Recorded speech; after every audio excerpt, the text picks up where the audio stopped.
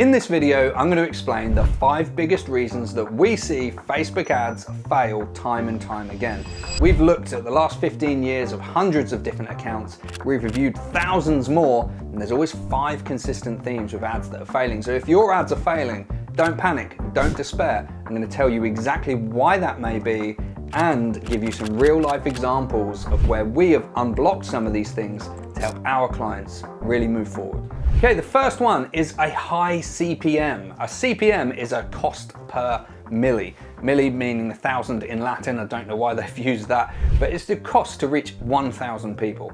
And some of the reasons why we see a high CPM, generally you're going to be wanting to aim for about £10 to reach 1,000 people. It can be less and it can be slightly more. It also depends on the type of campaign you're running, but if you're running a sales or leads campaign, which most of you watching this video will be, you only really want it to be about £10. But we've seen this as high as £40, £50, £60. And when you start pushing on into those levels, then it becomes really difficult for the Facebook algorithm to find you buyers and leads within that budget because your ads are just being shown to far less people. So some of the things that will impact your CPM is that you're not advertising across all of the Meta platforms. So Meta advertising is across Facebook, it's across Instagram, it's across WhatsApp, and it's across Messenger. They're the main 4. There's also other third-party sites that it can go across. However, it's also videos, it's reels, it's stories. So the way that you can really drive down your CPM is, first of all, to make sure you're advertising across every platform. If you're limiting your ads just to, for example, the Facebook feed, because you know that that's where you're going to get the majority of your sales from, your CPM is going to go through the roof. So what we would always recommend is you use the Advantage Plus placements category. That gives the Facebook, the Meta AI, the opportunity to display your ads wherever it's going to get the best result. That will really help drive down your CPM. And the second thing is to be using videos and imagery, because if you're just using one or the other, again, you're limiting the amount of places where your ads can appear, and that's going to drive up your CPM. And finally, it's just to make your ads good, make them interesting, make them actually Facebook want to show this content, because if your ad's poor quality and it's poor content and it's boring, then Facebook quite simply isn't going to show it to as many people at a reasonable price point, because what Facebook wants to do beyond anything else is keep eyeballs on its platform. So if people are leaving its platform so they're seeing your boring ads, then it's going to show it to far fewer people. So address those issues and then your budget will push so much further, which gives you more opportunities to make leads and to get sales. Okay, the second big issue is that your tracking is set up incorrectly. Tracking can be seen as a little bit technical. You must have your pixel set up correctly. You must have your conversion API installed. Conversion API will increase your performance by at least 19%, and it's not just the recorded performance. Clients say to me, well, this is only the stuff we're recording. And yes, it is, but what it allows your campaigns to do is optimize. So somebody makes a sale, Facebook takes note of the type of person who made that sale, their user behavior. The more of those events you get, the more it can optimize to find better people to show your ads to. So make sure that you're optimizing for the right event as well. So yes, set up your pixel, yes, set up your conversion API, but you have to set up your events and optimize for the right event. So if you want somebody to submit themselves as a lead, you have to optimize for lead correctly.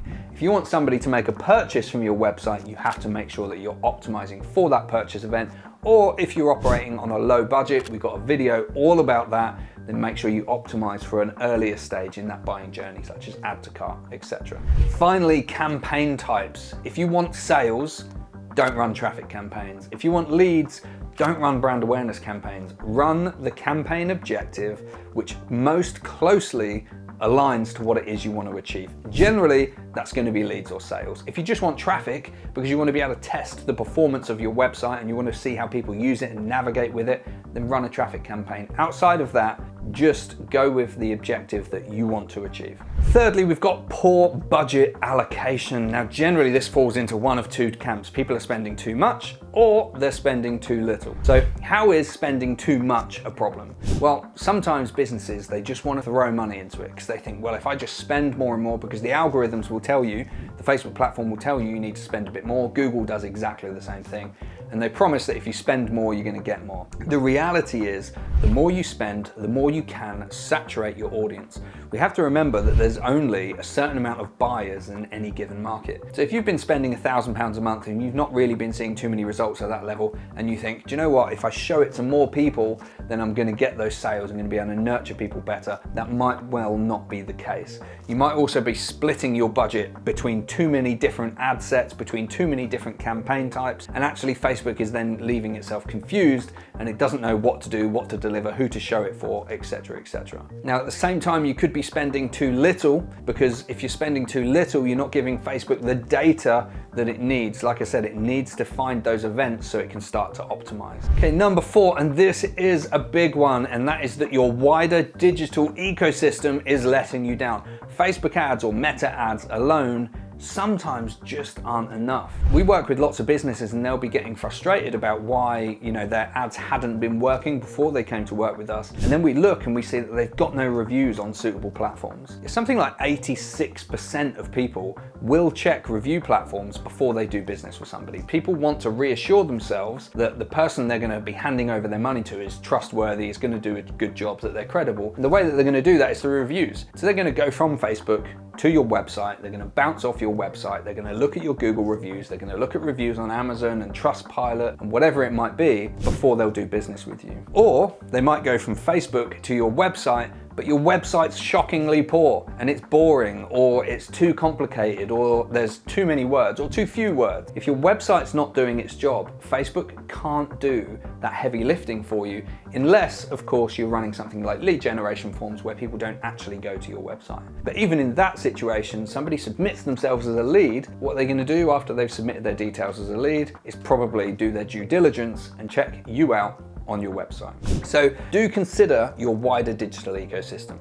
What does your website look like? What's your review strategy say? Also, what other marketing channels are you using? Is it just Facebook? Because that's one touch point. And there's a bit of study that came out of Google way back in 2011. It's called 0 Moments of Truth. Do go check it out. And it says that on average, somebody needs 7 hours of engagement across 11 touch points on 4 different platforms before the average person will do business with somebody new. So if that's the case, Facebook is just one platform, Instagram's a platform, your website's a platform, speaking to you's a platform, but we have to do a lot more in terms of the touch points. So think about how you can increase the touch points with your target market, and all Facebook is just throwing a hook out into the sea, you're pulling people in, you've still got to reel them in terms of making that sale. And finally, and this is the big one, it's no patience. People don't have patience with the Facebook advertising platform. What Facebook advertising will do, even if it goes really, really badly, is give you accelerated feedback on things like your website, your sales process, your review strategy, your wider digital ecosystem, what images are working best, what terminology, what language is working best. And if you take the time to just run the ads, get some data, review the data, see what it's telling you about what copy variations are working best, what hooks are working best, what images and videos are working best. Take the time to then refine that, improve all elements as the weeks and the months tick over. This will start working for you. Between Google and Facebook, they're the 2 most powerful advertising platforms on planet Earth right now. And if you stick with them long enough, you will get an ROI and you will start to outperform your competitors who give up way sooner. So let me just take you through 3 clients where this has really worked. First of all, we have a client in the cyber security space where we'd been running ads for a little while, and the terminology we were using is around a free membership, and it just kept talking about free membership, free membership, free membership. And we tried all sorts. We tried the video, we tried the images, we had a look at the copy variations that worked best, and the cheapest lead cost we managed to produce was £25. The industry average is 80. So it was still better than the industry average. However, it was still not a sustainable growth model for our clients. When we changed the language from free membership to subscribe to our free email list, the lead cost went from £25 to just £5, which is now a sustainable growth model, which has allowed them to double and triple and quadruple in time their advertising budget, so they can really start hoovering up those leads and meeting their targets. Second of all, Chimes Home and Garden. It's our client. They do e-commerce, they sell garden furniture and things for the home all across the country. And with them, what we noticed, we found some research which said one of the biggest things that blocks people from purchasing on e-commerce is large additional fees. fees. In their advertising copy and within their imagery and their videos, we just introduced concepts saying about free delivery. It was literally that: free delivery, exceptional customer service. And it's a couple of lines in every copy variation, and that has caused their return on ad spend to double. Just double, one campaign to the next. That's the only difference we made. So you have that patience, you study your data, you introduce new themes and concepts, and you can really push things on. And finally, our clients in the employment law space. Now, we were running strategies for them. It was lead gen strategies. We were looking for people who've been mistreated at work, who could be due compensation. And we were running this questionnaire marketing strategy, which has turned out to be so incredibly powerful. At first, we were driving them to a landing page. And when we started looking at that data and looking at how people were using the landing page, how people were answering the questions, and we simplified things, refined them down. We had some data running on the landing page and the questionnaires, which showed where the blockage and the bounces were.